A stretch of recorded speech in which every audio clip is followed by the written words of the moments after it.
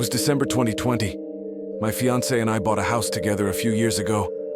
It's a cute house in a decent neighborhood, a nice area to raise a family.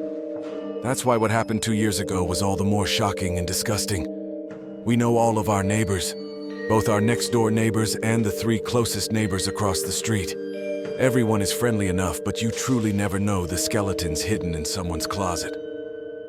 Our neighbor Paul to the right always seemed nice the few times we'd speak, but he never really spoke too much. I'd see him outside almost every day, either coming or leaving for, I'm assuming, work, though I never knew what he did for a living. At this time, I hadn't seen the guy in a few days, and his car hadn't moved from his driveway. Obviously, that in of itself isn't any cause for alarm. All the neighbors, including Paul, had their lights up already. I found it interesting how Paul, a single man in his 40s, would put lights up. I actually found it kind of nice. I was late to the party putting my Christmas lights and decorations up outside. One night while doing so, I noticed Paul's Christmas lights out of nowhere started flickering like crazy. All of them, not just one strip of lights. It looked like it could have just been faulty wiring or some electrical glitch. The next day I left for work around 10 o'clock and noticed again Paul's car was still in the driveway. I also noticed all the blinds in his house were still closed. Even when I got back from work, the blinds were all closed, but his Christmas lights were on, so he was definitely home. I joked with my fiancé that he must have been on some kind of hibernation. Later that night, my fiancé came inside and told me of Paul's Christmas lights acting up. I went outside, and it was the exact same thing that was happening the night before. The flickering wasn't happening in a way that would appear that he programmed it that way. It was happening in a very glitchy sort of way, so I figured I'd be nice and go let him know, and also see if he's okay since I hadn't seen him. I knocked on the door, and when there was no answer, I rang. All the blinds were closed, and I couldn't tell if the lights were on or not. When there was no answer, I rang one more time. Finally, the door opened, and Paul greeted me.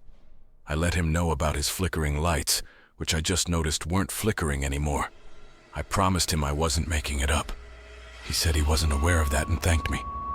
I asked if he was all right, as I hadn't seen him in a while. He said he was just feeling under the weather.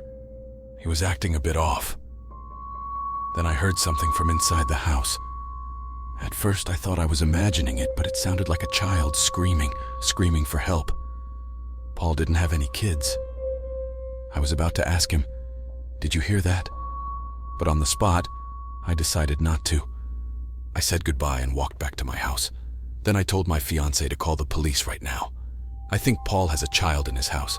Her reaction was literally, "What did you say?" I said, "I think Paul kidnapped a child."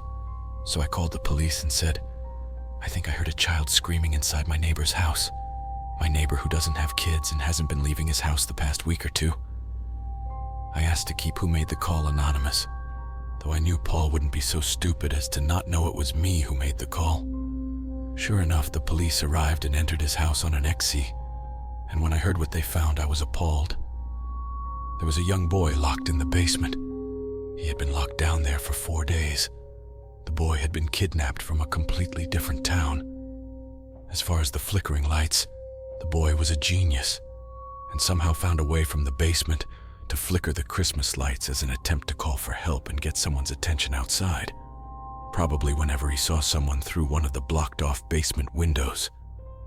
I reckon he saw his chance to call for help when someone, me, was at the front door. Clearly a very smart kid with great survival instincts. I'm glad he was reunited with his family. I don't want to know what was done to him, but I hope he lives a normal life and has put this behind him. Knowing how serious of a crime child kidnapping is, Paul won't be getting out of prison anytime soon.